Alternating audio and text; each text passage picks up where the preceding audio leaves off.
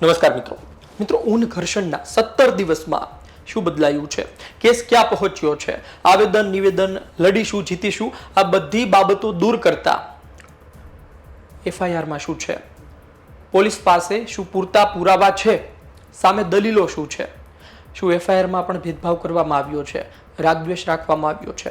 વિસ્તારથી વાત કરું તો ગુજરાતમાં ઊન ઘર્ષણની ચર્ચા આજની તારીખે પણ તે જ છે.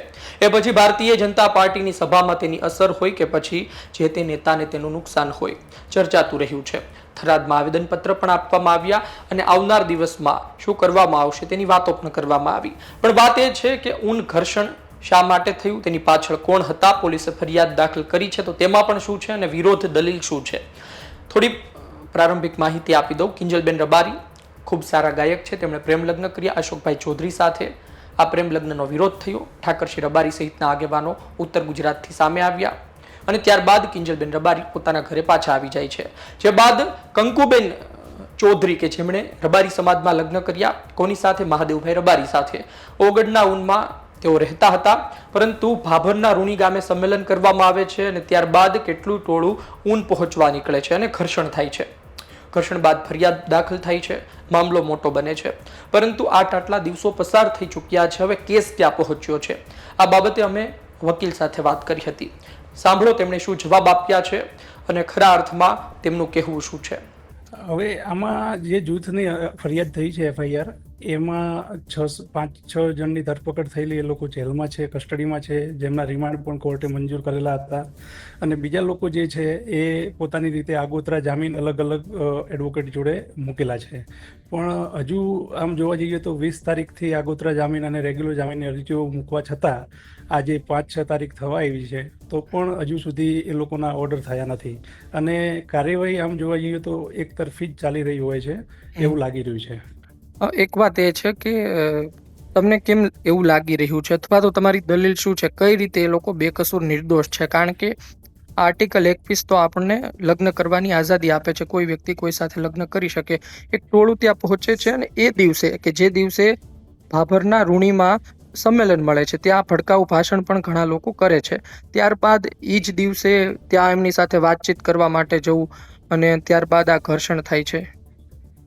હવે આ મેટરમાં આપણે ત્યાં હયાત વ્યક્તિઓના જોડે પણ પૂછપરછમાં જાણવા મળ્યું એ, અને તથા ત્યાંના જે પણ વિડીયોગ્રાફી જે આવ્યા છે જે સોશિયલ મીડિયા મારફતે, એમાં પણ જોવા જઈએ તો જે રૂણી ગામથી ઊન ગામે જે લોકો ગયેલા હતા એ લોકોનું શાંતિપૂર્વક, એમની જોડે કોઈ હથિયાર પણ ન હતા, એમને શાંતિપૂર્વક ત્યાંથી પોલીસને સાથે લઈને નીકળ્યા છે, ચર્ચા કરવાના વિષય સાથે નીકળ્યા છે. જ્યારે ઊણગામ એ પહોંચે છે ત્યાં ગેટ પર એમને પોલીસ રોકવામાં આવે છે, ત્યારે એવું કહેવામાં આવે છે કે ગામના અમુક લોકોને બોલાવીએ છીએ, જે લોકોને ચર્ચા કરવી હોય 2 ગાડીના લોકો અંદર જઈ શકે છે અને ચર્ચા કરી અને આનું શાંતિથી સમાધાન લાવી શકાય છે. પણ એ સમયે એવું ઘટના બને છે કે જ્યારે ગાડી ગામની અંદર એન્ટર બંને થાય છે ત્યાં ગામની અંદર ઓલરેડી ત્યાં ટોળું અને પથ્થર એ લોકો ઊભા જ હોય છે. અને જ્યારે ગાડી ત્યાં પહોંચે છે ત્યારે ગાડી ઉપર ડાયરેક્ટ સીધો હુમલો ચાલુ થઈ જાય છે. આ બધું જ ઓન રેકોર્ડિંગ સોશિયલ મીડિયા મારફતે વિડીયો પણ છે અને હયાતમાં જે લોકો હતા એમના પણ આપણે ઇન્ટરવ્યૂમાં સાંભળવામાં આવેલ છે કે બનાવ શાંતિપૂર્વક ઘટના આ બનવાની જ ન હતી, શાંતિપૂર્વક ચર્ચા માટે જ ગયેલા હતા, આ હુમલો સામેથી કરવામાં આવેલો છે અને આ પૂર્વ તૈયારી સાથે થયેલું હોય એવું દેખાઈ જ આવે છે. અને બીજું એવું કહેવા માગું છું કે જે એફઆઈઆર થઈ છે એ 2 જૂથ હોય છે તો 2 જૂથની ઉપર એફઆઈઆર સામસામે થવી જોઈએ. એક જૂથ બીજા જૂથ ઉપર કરે. આની અંદર તો વન સાઇડ જ એફઆઈઆર છે, જેમાં આરોપી તરીકે એક જ જૂથ ઉપર, ચૌધરી સમાજ ઉપર જ એફઆઈઆર થઈ છે અને ફરિયાદી તરીકે ખાલી પોલીસ જ દર્શાવવામાં આવી છે. તો બીજા જૂથ જે હતા સામેના, જે રબારી પક્ષના, એ લોકો જે લાઈવ વિડીયોમાં દેખાઈ રહે છે કે એ લોકો ધોકા, દંડા, પથરા મારે છે, તો એમના ચહેરા ઓળખીને એમના નામ ઉમેરવામાં નથી આવ્યા, એમની ઉપર કોઈ એફઆઈઆર કરવામાં નથી આવી. એટલે જોવા જઈએ તો આ એફઆઈઆર એક ફેબ્રિકેટેડ છે અને કોઈક રાજકારણ પ્રેશર અથવા તો કોઈક ઉચ્ચ અધિકારીનો મોટો હાથ હોય છે જેથી આવી એફઆઈઆર થઈ શકે છે. અને આમ આ એફઆઈઆર ફેબ્રિકેટેડ જ તદ્દન બધાને સામે દેખાઈ જ આવે છે. જે હવે છે ને એક સવાલ મારો એ છે, કારણ કે આ સવાલ બહુ બધા લોકોને છે. સવાલ એ છે કે મેં તમને પહેલા કીધું એમ કે ભાઈ ભાભરના રૂણીમાં જે દિવસે સભા હતી 18 માર્ચે, એ જ દિવસે સભામાંથી શીતલબેન ચૌધરી કહે છે કે ભાઈ રાહ ન જોવાની અમુક ગાડી લઈને નીકળી જવાનું હોય અને ત્યારબાદ લોકો નીકળી જાય છે. શીતલબેન આગેવાની પણ કરતા હતા. તો તમને લાગે છે કે રૂણી ગામમાં કદાચ એ લોકો વાતચીત કરવા માટે માફ કરશો, ઊન ગામમાં તેઓ વાતચીત કરવા માટે પણ જતા હોય તો એ લોકો એના પર વિશ્વાસ કરે કે એ લોકો વાતચીત કરવા આવી રહ્યા? કારણ કે સમય તમને એવું લાગે છે કે થોડો ખરાબ હતો?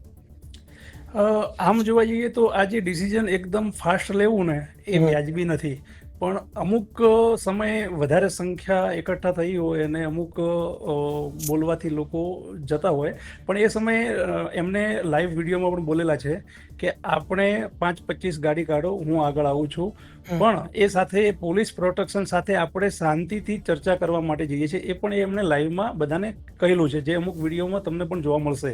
એટલે એમનો ભાવ એક એવો હતો કે આપણે શાંતિથી ચર્ચા કરીએ, એમનું સાંભળીએ અને એનું પછી જે નિરાકરણ આવે એ આપણે જોઈ લઈશું. પણ આ ઘટના એક કાવતરા સાથે ઊણ ગામમાં કાવતરું કરી અને કરવામાં આવેલી ઘટના છે. આમાં જે પોલીસ ફરિયાદ દાખલ થઈ છે તેમાં પોલીસ તેવું કહે છે કે ગામના લોકો સાથે એમણે ચર્ચા કરી અને ગામના આગેવાનોએ એવું કહ્યું કે ભાઈ કંકુબેન છે જ નહીં આયા. હવે કેવું છે કે જે સમયે પોલીસ બંદોબસ્ત ઓલરેડી ગામની ચારે તરફ હતું અને ત્યાં ઓલરેડી સહી કરીને પીઆઈના ઇન્ચાર્જમાં આ બધી ઘટના બની છે, તો એ દેસાઈ સમાજના હતા એટલે એમણે એક પક્ષને સમર્થન આપી દેસાઈ સમાજના લોકોને જ ગામની અંદર રાખી અને તૈયાર રાખેલા હતા. અને આમ જોવા જઈએ તો સામાન્યની અંદર પથ્થરના ઢગલા ન હોય, ત્યાં ઓલરેડી પથ્થરના ઢગલા બી મૂકીને રાખવામાં આવેલા હતા. જ્યારે ગાડીઓ એન્ટર થઈ છે ત્યારે સીધું જ એની ઉપર ધોકા અને પથ્થર વડે હુમલો જ ચાલુ કરવામાં નહીં, આવ્યો. આ વાત જે છે પોલીસે લખ્યું છે ફરિયાદમાં એ પણ ફેબ્રિકેટેડ છે કે ભાઈ કંકુબેન છે જ નહીં, આગેવાનોએ એમની સાથે વાત કરીને કહ્યું. એ વાત સાચી હતી કે કંકુબેન હતા નહીં, આગેવાનોએ વાત કરી હતી? જો એવું કશું જ કોઈ લોકોને પહેલેથી જ એડવાન્સમાં જણાવવામાં નથી આવ્યું કે કંકુબેન આ ગામમાં છે જ નહીં. આ ઘટના બની ગઈ એના પછી લોકોએ એવું કહ્યું છે કે આ ગામમાં કંકુબેન રહેતા નથી. આમાં છે ને બે થિયરી આવે છે. એક થિયરી જે તમે કહી રહ્યા છો, થરાદમાં આવેદનપત્ર આપવામાં આવ્યું કેટલા યુવાનો દ્વારા. તેમનું એવું કહેવું છે કે ભાઈ અમે ત્યાં વાતચીત કરવા માટે જતા હતા, અમુક ગાડીને પહેલા રોકવામાં આવ્યા, પછી અમુક 1-2 ગાડીને જવા દીધી, ત્યારબાદ તેના પર હુમલો થયો ને અમુક લોકોએ આવીને કહ્યું કે ભાઈ હુમલો થયો છે અને ત્યારબાદ ટોળું ઉશ્કેરાયું. એક થિયરી આ છે જે તમે પણ કહી રહ્યા છો.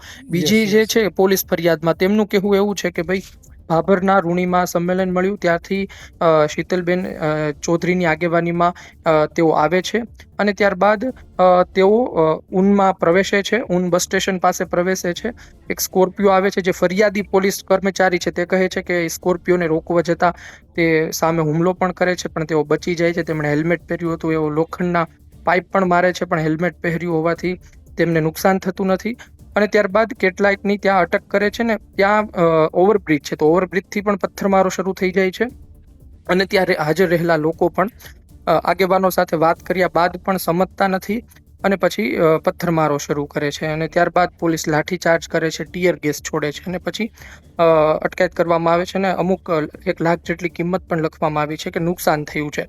તો આ બંનેમાંથી સાચું શું છે અને પોલીસની વાત ક્યાં ખોટી પડે છે કઈ તથ્યો સાથે? હવે આપણે જોવા જઈએ તો જે પણ લાઈવ સોશિયલ મીડિયામાં વિડીયો આવેલા છે અલગ અલગ, એ બધા જ વિડીયોમાં જે પ્રમાણે આવેદનપત્રમાં આપવામાં આવેલું છે, જે પ્રમાણે હું કહી રહ્યો છું એ રીતે વિડીયોમાં સ્પષ્ટ રીતે દેખાઈ આવે છે. હવે આ એક પોલીસે પોતાનો સ્વ બચાવ માટે કરીને આ એક ફેબ્રિકેટેડ FIR ઊભી કરી છે. આમાં કેવું છે કે પોલીસ તંત્રએ ત્યાંના ટોળાના જે રોડની સાઈડમાં 200-500 મીટર સુધી દૂર પાર્કિંગમાં પડેલી ગાડીઓ એને દંડા વડે આગળ ને પાછળના કાચ તોડી નાખવામાં આવ્યા છે. જે એક ગાડીએ જોઈએ તો 5 થી 10 હજાર રૂપિયા ખર્ચો એમની ઉપર ચડે છે.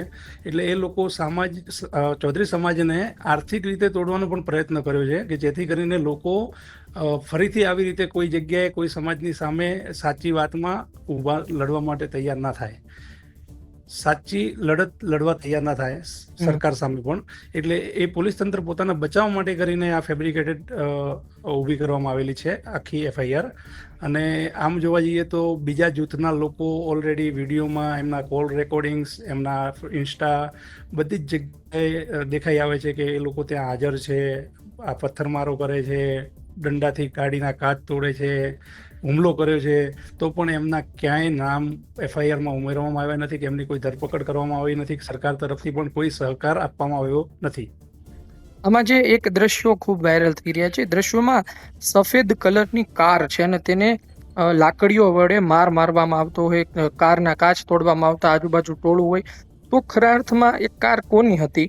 જેમ કે ત્યાં ઉન ગામના લોકોની હતી કે પછી જે લોકો એન્ટર થયા તેમાંની હતી? હવે ત્યાંનું સત્ય ઘટના જે બની છે એની અંદર પહેલી જ 2 કાર ઉન ગામના દરવાજે પહોંચેલી. ત્યાં પોલીસ બંદોબસ્ત હતું, બધી ગાડીઓને રોકવામાં આવેલી. પછી એમને ત્યાં પોલીસ કર્મીએ અંદર કોલ કરી અને પૂછ્યું તો કે 2 ગાડીને આવવા દો. ત્યાંથી એમને ઓર્ડર મળ્યો છે. તો એક સ્કોર્પિયો અને એક સફેદ કાર XUV 700, એ બંને કાર અંદર ગઈ. અંદર જતાની સાથે એ કારમાંથી લોકો બહાર વાતચીત કરવા માટે, એટલામાં જ ઉપર પાછળથી લાકડી અને પથ્થર વડે હુમલો ચાલુ થાય છે. જે તમે દ્રશ્ય જુઓ છો એ સ્ટાર્ટિંગ ફર્સ્ટ હુમલો સામેવાળા લોકો જે કરે છે ચૌધરી સમાજના લોકો ઉપર, એ જ વિડીયો છે. અને આ બનાવ બનવા છતાં બી ચૌધરી સમાજના લોકો ત્યાં શાંતિથી સાંજ સુધી બેસી રહેલા. કોઈએ હથિયાર ઉપાડ્યો નથી, કોઈએ પથ્થરમારો કર્યો નથી. એમને જે પણ પોલીસ અધિકારીએ જે પૂર્વ આયોજિત પ્રમાણે જે લોકોને ત્યાં રાખ્યા હતા, એ લોકોએ જ પથ્થરમારો અને દંડા વચ્ચે દંડાથી કાચ તોડવા, ગાડી ઉપર હુમલો, એ બધું એમણે જ કરેલું છે. જી, હવે આમાં એક સવાલ આપણને એ પણ થાય કે આર્ટિકલ 21 તમને કોઈ પણ વ્યક્તિ સાથે લગ્ન કરવાની આઝાદી આપે છે, તો પછી જેમ કે કિંજલબેન રબારીના પ્રકરણમાં ઠાકરસિંહભાઈ બોલ્યા એ પણ અયોગ્ય હતું, પણ કિંજલબેન પોતે જાતે નિર્ણય લઈને પાછા આવી જાય છે. તો તમે શું માનો છો આમાં? જે મૂળ છે, કેન્દ્રમાં જે બાબત છે કે ભાઈ કંકુબેન અને મહાદેવભાઈ રબારીને આપણે છૂટા કરવા છે, કંકુબેનના લગ્ન થયેલા છે, બાળક છે, છતાં એમને પાછા લાવવા છે, તો મૂળ જે બાબત છે એ કેટલી યોગ્ય હતી? આની અંદર જ્યારે સમાજ ત્યાં પહોંચે છે ત્યારે હકીકત જાણવા પહોંચે છે. જો કંકુબેનને કોઈ પ્રેશર કે દબાણથી ત્યાં રાખવામાં આવેલા હોય તો એમની જોડે ચર્ચા કરી અને આપણે સમાજમાં એમના ઘરે માતા પિતાને છોકરીને પરત કરીએ. બાકી કોઈ એવી ઘટના ન હતી કે કોઈનું લગ્ન જીવન બગાડી અને કોઈને ત્યાંથી અપહરણ કરીને લઈ જવામાં આવે. જી, આ સમગ્ર બનાવમાં આ જ તથ્ય હતું. બાકી જે પણ જે FIR બની છે એ ફેબ્રિકેટેડ છે, તદ્દન ખોટી છે, એક તરફી છે, અને આમ જોઈએ તો હિટલરશાહી રીતે પણ વર્તન કરવામાં આવેલું છે પોલીસ કર્મચારીઓ તરફ. આમાં જે દિલુભાઈનું એક નામ આવ્યું છે, તો દિલુભાઈએ ઘણા સોશિયલ મીડિયામાં તેવું કહ્યું છે કે હું તો બોલ્યો પણ નથી, મેં તો ભાષણ પણ નથી આપ્યું. પરંતુ FIRમાં તેવું કહેવામાં આવે છે કે દિલુભાઈ છે, રમેશભાઈ છે, પત્રકાર અન્ય છે, જેમ કે શીતલબેન ચૌધરી છે, દુર્ગાબેન ચૌધરી છે, એમના ભાષણ સોશિયલ મીડિયામાં સાંભળ્યા એટલે ખબર પડી પોલીસ કર્મચારીને, જેમણે ફરિયાદ લખી છે પોલીસ કર્મચારીએ. તો હવે એક તરફ તો એ કહેવામાં આવે છે કે અમે બોલ્યા જ નથી, ભાષણ જ નથી આપ્યું. તો કઈ રીતે એમને પાસે માહિતી મળી કે આ લોકો ભડકાઉ ભાષણ આપી રહ્યા છે? હવે જે સમયે આપણે રૂણી ગામે ચૌધરી સમાજ ત્યાં એકઠા થયેલો, એ સમયે ઘણા સોશિયલ મીડિયા વાળા વ્યક્તિઓ, ઘણા પત્રકારો, ન્યૂઝ ચેનલો ત્યાં પહોંચેલી. તો એ લોકો પણ એ સમયે પોતાના સાથે તો લેવાલાયક ન્યૂઝ માટે કરીને ત્યાં પહોંચેલા હતા. પણ એમને જ્યારે આ એક લાગ્યું કે આ એક ઘટના બની જશે, એ ટાઈપ કંઈક લાગ્યું કે આ જે થઈ રહ્યું છે એ ન જવાય ઊણ ગામે, બીજા ગામે, તો એ લોકો ત્યાંથી ઓલરેડી નીકળી ગયેલા. ઊણ ગામે ગયેલા જ નથી પત્રકારો, પણ પત્રકારોને એક રાજકીય પ્રેશરથી FIRની અંદર નામ ઉમેરી એમની પર પ્રેશર બનાવવા માટે, એમની ઉપર દબાણ રાખવા માટે, અને રાજકીય લોકો જે કહે છે એ રીતે એ લોકો ન્યૂઝ એમના ચલાવે, એના માટે કરીને એમના નામ ઉમેરવામાં આવે છે. એક પત્રકારોને સોશિયલ મીડિયાના જે પણ આ કર્મચારી કાર્ય કરે છે સમાજને જાગૃત કરવાનું, એ લોકોને દબાવવાનો એક તરફી પ્રયત્ન થઈ રહ્યો છે. જી, આમાં એક વર્ગનો સવાલ એવો પણ હશે કે પત્રકાર કોઈ સમાજનો થોડો હોય, પત્રકાર તો તમામ લોકોનો હોય. તો આમાં જે દિલુભાઈ છે, રમેશભાઈ છે, તો એ બાબતે એમના દ્વારા શું દલીલો કરવામાં આવશે? એ શા માટે પહોંચ્યા હતા? શું ખરા અર્થમાં કંકુબેનને દૂર કરવા માટે પહોંચ્યા હતા કે પછી એમનો મકસદ કોઈ બીજો હતો? પત્રકાર છે ને એક સોશિયલ મીડિયા ન્યૂઝ ચેનલના માધ્યમથી લોકો સુધી સમાચાર પ્રસારણ કરવાનું કાર્ય કરે છે. તો એમનું એક સ્પષ્ટ જ કામ છે કે એમને સમાજને જાગૃત, સમાજ સુધી કાર્ય મીન્સ સમાચાર ત્યાંના લાઈવ શું ચાલી રહ્યું છે એ પહોંચાડવાનું હોય છે. એ કોઈ પક્ષપાતમાં માનતા નથી, કોઈ ધર્મમાં માનતા નથી. એમનો ધર્મ એક જ છે કે સાચા વેગમાં સાચા ન્યૂઝ લોકો સુધી પહોંચાડવા. એટલે એ પોતાના એ વેથી જ ત્યાં ગયેલા, એમને યોગ્ય લાગ્યું હોય તો એમણે એ ન્યૂઝને અપલોડ કર્યા છે, યોગ્ય ન લાગ્યું હોય તો એ ન્યૂઝને એમણે અપલોડ પણ નથી કર્યા. એક પત્રકાર છે રમેશભાઈ ચૌધરી, ષડયંત્ર ચેનલ, તો એ લોકોનું આજ સુધી આ બાબતનું કોઈ આજ સુધી ક્યાંય ન્યૂઝમાં એમણે ચલાવ્યું જ નથી, તો પણ એમનું નામ સ્પેશિયલ રીતે ઉમેરવામાં આવેલું છે એફઆઈઆરમાં. તો એ તદ્દન ખોટું છે. ન્યૂઝ પત્રકાર કે ન્યૂઝ એમણે એવું કોઈ ભડકાઉ ભાષણ આપ્યું હતું ત્યાં? એમનું મારી સામે તો કોઈ ભડકાઉ ભાષણ આવ્યું નથી, પણ એમના પોતાના ષડયંત્ર ચેનલના જેટલા વિડીયો જોઈએ ને, ક્યાંય ઊણ ગામ કે કંકુબેન વિષયમાં પણ કોઈ વિડીયો અપલોડ થયેલા પણ નથી. જી. અને આ જે મેં દિલુભાઈ વાળો સવાલ પૂછ્યો તો એ સવાલ પર પાછો આવું છું કે ભાઈ એમનો તર્ક એવો છે કે ભાઈ મેં ભાષણ જ નથી આપ્યું, છતાં ફરિયાદમાં એવું કેમ કહેવામાં આવે છે કે એના ભડકાઉ ભાષણ સાંભળીને અમે પછી ત્યાં પહેરો વધાર્યો અને પછી વધુ પોલીસને બોલાવ્યા? સોશિયલ મીડિયા ઇન્ફ્લુએન્સર અને ન્યૂઝ ચેનલ પત્રકાર એ બધાને ટાર્ગેટ કરવામાં આવે છે. બાકી એમનું ક્યાંય વિડીયો આવતો જ નથી કે દિલુભાઈ ક્યાંય ભાષણ કરતા હોય. એ લોકો ન્યૂઝની જ રીતે જ એમનું વિડીયો રેકોર્ડિંગ અને શૂટિંગ કરતા હોય એવી રીતે જ દેખાઈ આવે છે કોઈ પણ વિડીયોમાં દેખાય છે તો પણ.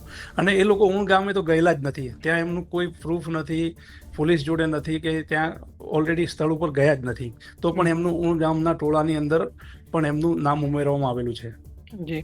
હવે છેલ્લો સવાલ મારો એ છે કે આ પ્રકારની પરિસ્થિતિમાં, જ્યારે આ પ્રકારની પરિસ્થિતિ બને ત્યાં હાજર પોલીસ કર્મચારીઓ ઉપર પણ એક દબાણ હોય કે કઈ મોટી ઘટના ના બની જાય, તો તમે શું વિચારો છો કે એને શું કરવું જોઈતું હતું?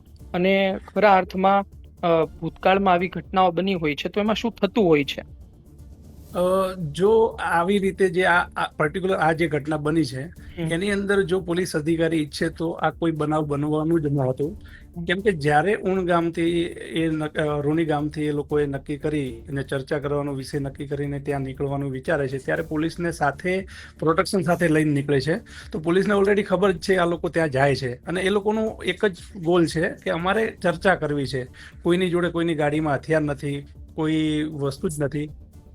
તો પોલીસને જાણ હોવા છતાં એ લોકોએ એવો પ્રયત્ન કરવો જોઈએ કે ગામના વ્યવસ્થિત સરપંચ છે, ગામના સમાજના જે રબારી સમાજના લોકો છે એમને ભેગા એકત્રિત કરીને સાઈડમાં રાખવા જોઈએ, અથવા પોલીસ સ્ટેશન લઈ જવા જોઈએ કે આ જે આવી રહ્યા છે આ લોકો, એમના 5-7 આગેવાનો એમને પોલીસ સ્ટેશન લઈ જઈ શાંતિથી ચર્ચા કરીએ અને એનું નિવારણ લાવીએ. તથ્ય વાતમાં કેટલું છે, શું છે, સત્ય જાણી અને જે સ્ટેજની વાત જે લેવલે થઈ શકતી હોય એ લેવલે કરી અને આ કોઈ નવું ઉગ્ર આંદોલન કે કંઈ ન થાય એવી રીતે એનું સમાધાન કરવું એ પોલીસ અધિકારી કરી શકે છે.